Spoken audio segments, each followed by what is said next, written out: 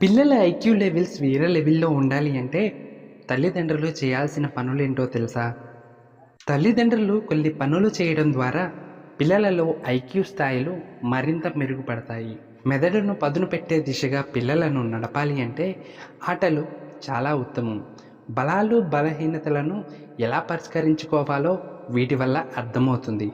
Puzzles కొనుగోలు చేసి వాటిని పిల్లలతో పరిష్కరింపజేయవచ్చు. ఇలా చేస్తే ఏకాగ్రత పెరుగుతుంది. పిల్లల ఐక్యూ మెరుగుపరచడానికి చెస్ చాలా ముఖ్యమైన గేమ్. పిల్లలతో చెస్ ఆడిస్తుంటే ఆలోచన వేగం పెరుగుతుంది.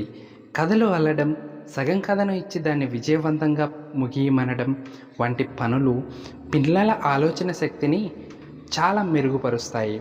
గిటార్, సితార్, హార్మోనియం వాయించడం వంటి సంగీత వాయిద్యాలు పిల్లల మెదడుకు పదును పెడతాయి.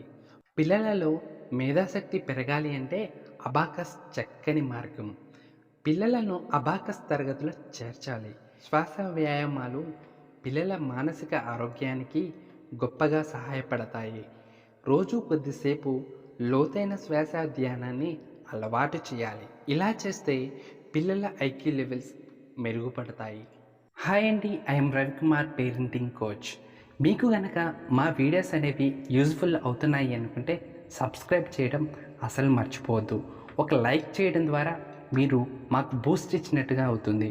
కాబట్టి మీ ఎంకరేజ్మెంట్ చాలా ముఖ్యం మాకు. సో ఫ్రెండ్స్, సబ్స్క్రైబ్ చేయొచ్చు కదా.